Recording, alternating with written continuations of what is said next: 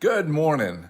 I hope your Saturday is going to be a great one. I hope you're able to just make the most out of today. It looks like it's going to be a great one outside. It's another gray day in Indiana, but that's all good. We're approaching springtime, and I'm thrilled about that.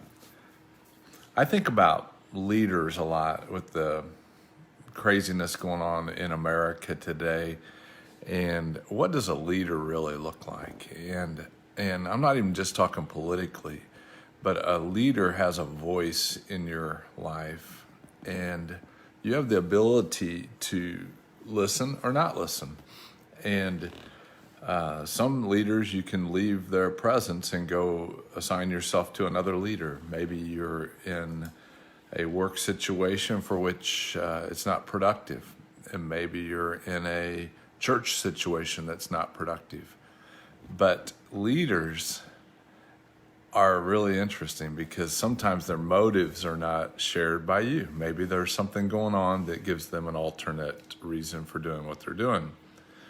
But to follow a true leader, to follow a leader who's going to lead you in all righteousness, then that is worthy of your attention.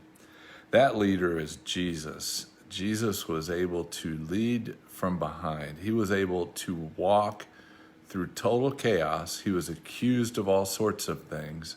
He was able to look false leaders in the face and call them out for what they were doing. And Jesus was able to lead you to all righteousness. And so when I think about that, I just think of the ability for people to get distracted by false leaders.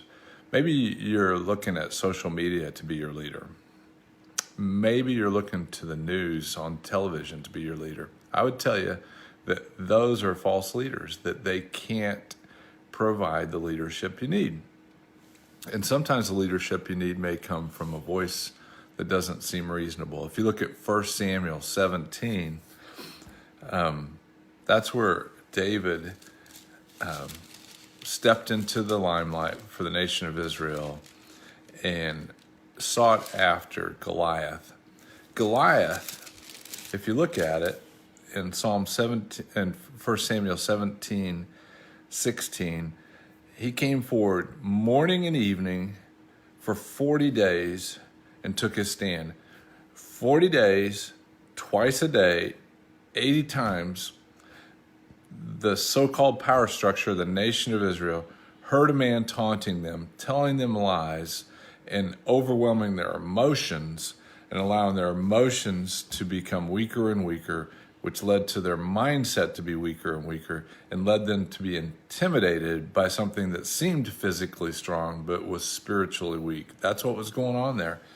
And then David was sent to the battlefront by his dad to bring food to his brothers. And then when David got there to his brothers, the oldest brother, again a leader, the older sometimes is perceived the leader, the older brother trash talked David and said, "You're a punk, and the reason you're here is you just want to see a car wreck. You want to see an accident." And David said, "That's not so." What David said is while he was there, he heard this uncircumcised Philistine taunting the nation of Israel. And he said, "Why is this going on? Why is this uncircumcised Philistine allowed to trash talk the people of God?" And so he talked to people and nobody was doing anything of it. Their souls were becoming constrained by listening to the garbage that was coming at them. And so David finally was presented to King Saul, and King Saul's like, "Whatever." He's just a kid. And David said, "That's all right.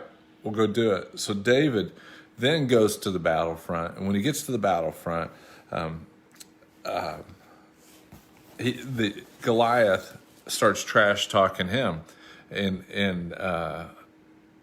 Goliath says, "Come to me and I'll give your flesh to the birds of the sky and the beasts of the field." And and that's just part of the taunting that Goliath gave David. And then David finally says to him in verse 45, he says, "You come to me with a sword and a spear and a javelin, but I come to you in the name of the Lord of hosts, the God of the armies of Israel, whom you have taunted. This day the Lord will deliver you up in my hands, and I will strike you down and remove your head from you. I will give the dead bodies of the army of the Philistines this day to the birds of the sky and the wild beasts of the earth, that all the earth may know that there is a God in Israel. And all the assembly may know that the Lord does not deliver by sword or spear, for the battle is the Lord, and he will give you into our hands. There you have it. That's what a leader looks like. A leader was the one nobody believed could lead. The leader was the one that believed in the power source, that could conquer the world, could conquer the giants of life. That's the leader you need to be listening to. You need to listen to a voice that's going to tell you the battle is not yours, the battle is God's. And so today, if you're listening to voices that tell you got to fix it, or that this thing is going down the drain, or that they're your savior, or that they're the hope for you, or that it's a political thing, if you're listening to those voices, you're listening to the wrong voices. You're standing there just like David's brothers were, listening to noise that's polluting your brain and not bringing hope, not bringing power. So today, listen to the voice of Jesus. Listen to the voice of his Spirit. Know that the battle's not yours, but the battle's his. Turn down the volume, all the noise makers, and turn up the volume on God. And today, you'll follow a leader that's bigger than you can ever imagine. I hope your Saturday is a great one. I'm already fired up. I'll see you soon.